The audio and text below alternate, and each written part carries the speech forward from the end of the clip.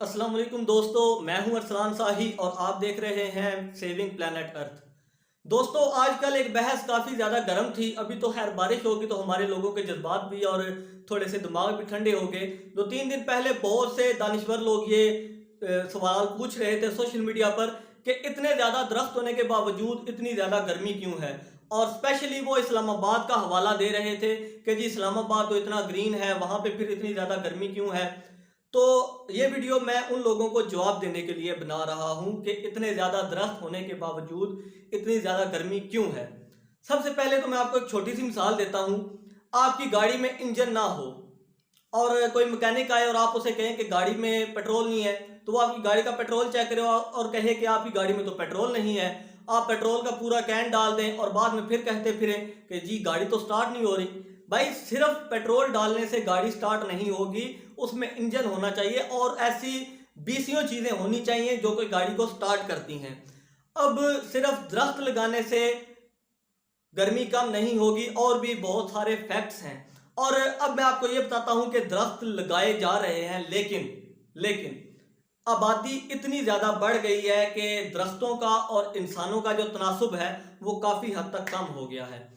1921 में इंसानी आबादी तकरीबन 191 करोड़ थी, यानी कि पूरे 2 अरब भी नहीं थी। और आज यानी कि 2021 में ठीक 100 साल बाद ये आबादी पहुंच गई है 7 अरब से ऊपर। और इन 100 सालों में आबादी 5 अरब बढ़ गई और इसके साथ ही 4 अरब दरख्त हमने काट दिए, यानी कि ज़मीन का जो 15% फॉरेस्ट कवर था वो हमने काट दिया। तो ये आप ये भी चेक करें कि इतना ज़्यादा डिफरेंस हमने पैदा कर दिया कि आबादी 5 अरब बढ़ गई, दरख्त 4 अरब कम हो गए। उसके अलावा 2019 17 18 19 20 21 ये जो 4-5 साल गुजरे हैं, इनमें बहुत ज़्यादा फॉरेस्ट फायर्स हुई हैं। सबसे पहली और अहम जो थी वो अमेज़न, ब्राज़ील का जो बहुत बड़ा जंगल है, ब्राज़ील नहीं बल्कि बहुत से लैटिन अमेरिकन ममालिक में उसका रकबा आता है, वहाँ पे आग लगी। और कहा जाता है कि वो ज़्यादातर आग क्योंकि ब्राज़ील में लगी थी, ब्राज़ील वाला जो अमेज़न है, तो 906,000 एकड़। अब ये आप खुद अंदाज़ा कर लें कि कितना बनता है। 906,000 एकड़ का जो एरिया था वो जल गया। और कहा जाता है कि अगले आने वाले 30 सालों में ब्राज़ील को 900 बिलियन यूएस डॉलर या तकरीबन 3 ट्रिलियन यूएस डॉलर ये अमाउंट जो है ये ब्राज़ील को नुकसान होगा इस 9,000 एकड़ के जलने से। और इसमें बहुत सारे इन्वायरमेंटल इम्पैक्ट्स आते हैं जो कि हम किसी और वीडियो में आपको बताएंगे कि फॉरेस्ट फायर लगने से कैसे नुकसान होता है। अब दूसरी आग लगी ऑस्ट्रेलिया में, ऑस्ट्रेलियन बुश फायर में, और इससे तकरीबन 4 लाख के करीब एकड़ जो एरिया था वो जल गया। और इससे भी आप अंदाज़ा करें कि वहाँ 9,000 एकड़ जला, यहाँ 4 लाख एकड़ जला, तो तकरीबन आप अंदाज़ा करें कि कितनी ज़्यादा हीट पैदा हुई होगी, कितना ज़्यादा धुआं पैदा हुआ होगा, कितनी ज़्यादा ग्रीन हाउस गैसेस पैदा हुई होंगी।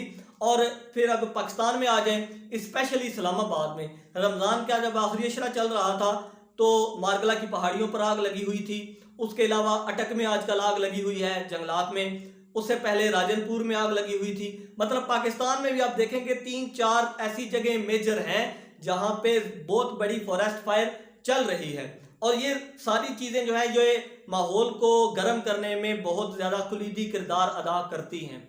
और इस पे हम बिल्कुल गौर नहीं करते, इस पे हमारे जो दानिश्वर हजरात हैं वो बिल्कुल गौर नहीं फरमाते अपना अपना तबसरा जो है वो आवाम पे थोपने से पहले।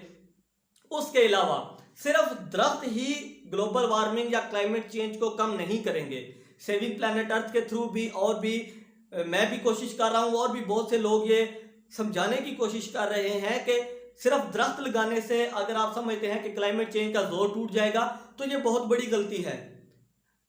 क्लाइमेट चेंज को ऑयल से चलने वाली गाड़ियाँ, फ्यूल से चलने वाली गाड़ियाँ जिनमें ये डीजल हो गया, पेट्रोल हो गया, अब आप देखेंगे कितनी गाड़ियाँ, कितने मोटरसाइकिल सड़कों पे चलते हैं, वो थोड़ी हीट प्रोड्यूस करते हैं। उसके अलावा आप रेफ्रिजरेटर्स ले लें, रेफ्रिजरेटर्स की जो हीट पैदा होती है उसका पूरे मुल्क के साथ तनासुब करें, फ्रिज और रेफ्रिजरेटर। तो उसके अलावा एसी जितनी हीट प्रोड्यूस करते हैं, तो आप अंदाज़ा करेंगे ये सारी हीट प्रोड्यूस हो रही है।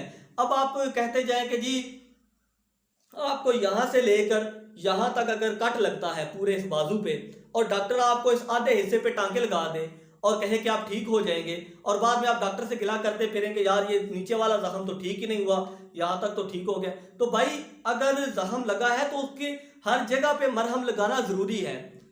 इसीलिए लोग चीख रहे हैं कि फॉसिल फ्यूल का असर कम किया जाए। उसके अलावा जो कार्बन एमिटर, दुनिया का सबसे ज़्यादा कार्बन एमिटर चाइना है, हमारे पड़ोस में है, तो आप अंदाज़ा करें कि वो कितना ज़्यादा क्लाइमेट चेंज पे इम्पैक्ट डालता है।